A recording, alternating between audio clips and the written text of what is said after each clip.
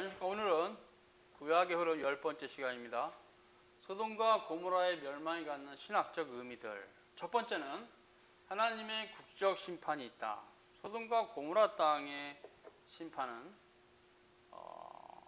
그 가나안 땅에서도 국지적입니다. 가나안이라고 하는 지역 전체의 일부분, 소돔과 고모라 땅만의 심판입니다. 그러니까 소돔과 고모라 땅의 심판은 가나안이라고 하는 그렇게 아주 크지 않은 지역에서에도 일부분의 심판이에요. 국지적 심판이라고 합니다. 이 국지적 심판은 가나안 전체에 대한 심판으로 이어지는데요.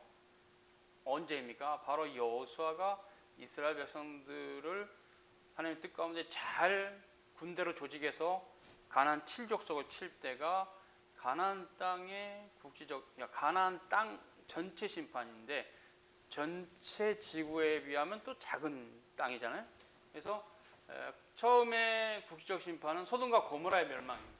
소돔과 고모라의 멸망은 가나안이라고 하는 땅 안에서 국지적 심판입니다. 이것은 소돔과 고모라의 멸망은. 그런데 여호수아를 통해서 이걸 헤렘 정책이라는데, 헤렘 정책이랍니다. 진멸 정책이랍니다. 진멸 정책. 하나님께서 여호수아에게 명령하신 겁니다. 너희는 가나안 땅에 들어가면 다 쓸어라, 다 죽여버려라. 다 쓸어버렸어요. 얘기할 것 없이 다. 그러니까 우리 시대 같아서 야 이건 학살이냐라고 말할 정도로 하나님은 그때 가나안 땅을 초토화시켰어요. 그러니까 국지적이죠. 이거는 지중해 전체 지역의 가나안 땅만 하나님께서 심판하셨으니까 국지적입니다. 그죠? 그럼 어찌됐건 여호수아의 심판은 가나안 땅에 대해서는 보편적 심판, 즉 제너럴 저지였어요. 가나안 전체를 쓸어버리셨으니까. 물론 여부스 족속 살아남았고 블레스 살아남았어요. 그런 거 있지만 거의 다 가나안 7족속이 멸망을 당했죠. 여리고는 말할 것도 없죠. 성경에 있죠. 그래서 그럼 이제 그 전조로서 소돔과 고모라의 멸망하는 신학적 의미, 첫째, 하나님이 국지적 심판을 하신다. 온 세상을 심판하는 대심판이야. 우리 예수님께서 재림하실 때까지는 유보되지만 우리 주님 재림하시기 전까지도 계속적인 국지적 심판은 있습니다. 그것은 일반 섭리 가운데도 있고, 특별 섭리는 구속사하고 연결되어 있기 때문에 성경에서 나타나는 게 이제 소돔과 고모라 땅이 대표적입니다. 국지적 심판에. 물론 가나안 7족속이 멸망당하는 것도 하나님의 국지적 심판 중에 하나죠. 궁극적인 심판은 아니죠. 아까 얘기한 대로 주님이 재림하실 때까지는 유보되어 있으니까 그것은 지체되어 있습니다. 그래서 이 국지적 심판은 무엇을 의미하는가? 영원한 심판에 대한 예표입니다.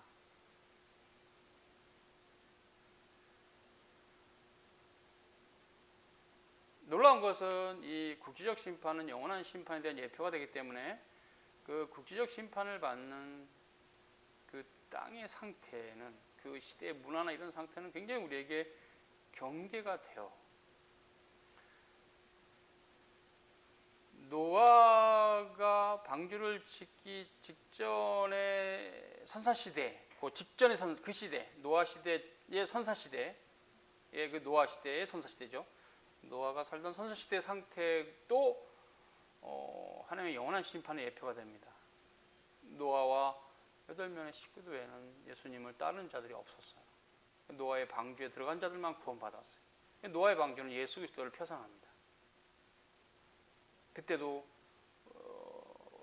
심판이 있었죠. 그때는 좀 대심판의 형태인데, 그래서 또 최종적인 심판은 예표적입니다. 그때 이 땅 가운데 8식구를 남겨두셨기 때문에 1차 대심판이죠. 대홍수로 그때의 상태에 대해서 예수님께서도 이제 대심판이 올 날이 노아의 그 상태랑 유사할 것이다 말씀하셨어요. 여기도 마찬가지입니다. 소돔과 고모라의 멸망도 대심판에 대한 전조와 예고인데, 소돔과 고모라 땅의 멸망의 그 문화는 우리에게 참 많은 걸 생각하게 합니다. 왜 그런지 모르겠어요. 너무 좀 경계가 되는 부분은 동성연애가 창궐했다라는 게 소돔과 고모라 땅의 심각한 상태였어요. 근데 이런 부분들에 대해서 우리가 관가할 수는 없어요. 성경이 계시하고 있으니까. 그래서 이런 부분에서 우리가 고민해야 되죠. 이게 무엇인가? 물론 궁극적으로는 우리 하나님 뜻 가운데 감춰 있지만, 그래서 국지적 심판은 하나님의 대심판의 예표와 전조가 된다.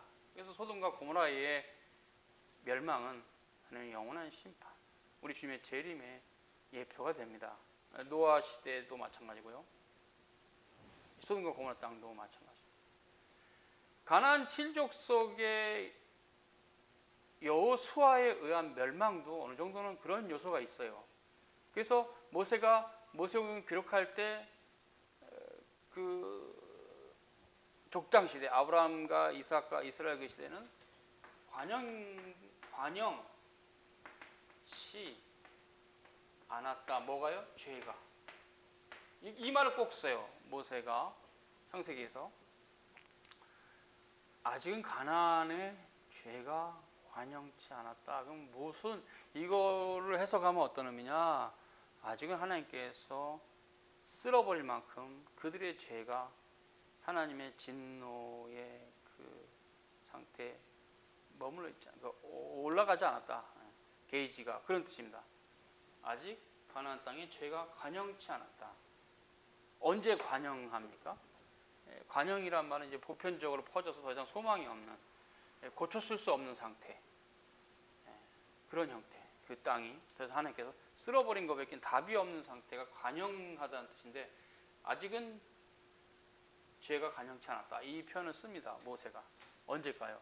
모세 이후에 여호수아 시대에 가나안 땅은 더 이상 하나님께서 두고 볼 수 없는 땅이 됐어요. 다 쓸어버립니다. 이런 국지적 심판은 계속 있을 것입니다. 이제 일반 섭리 가운데 하나님의 국지적 심판이 있었던 것은 우리가 역사 속에서 알 수 있죠. 폼페이 최후의 날. 왜 그런지 모르겠어요. 어쨌든 일반 섭리 쪽은 해석이 안 돼요. 그것은 우리가 몰라요. 하나님의 감춰진 지식이니까. 그러나 하나님의 심판의 성격이 없다고 볼 수 없고, 또 그런 형태는 여러 가지로 있어서 조심스럽죠. 그걸 자꾸 하나님의 심판으로 집어넣으면서 그들이 뭔 큰 죄를 짓다는 식으로 해석하면 위험합니다. 그러나 그런 형태의 국적인 심판 하나님이 하셨는데, 원인과 어떤 그런 경과 이런 거 다 몰라요. 우리는 그냥 하나님이 하신 거다. 왜 하셨는지 우리는 몰라요. 일반 섭리는 우리가 알 수 없어요. 알 수 없습니다.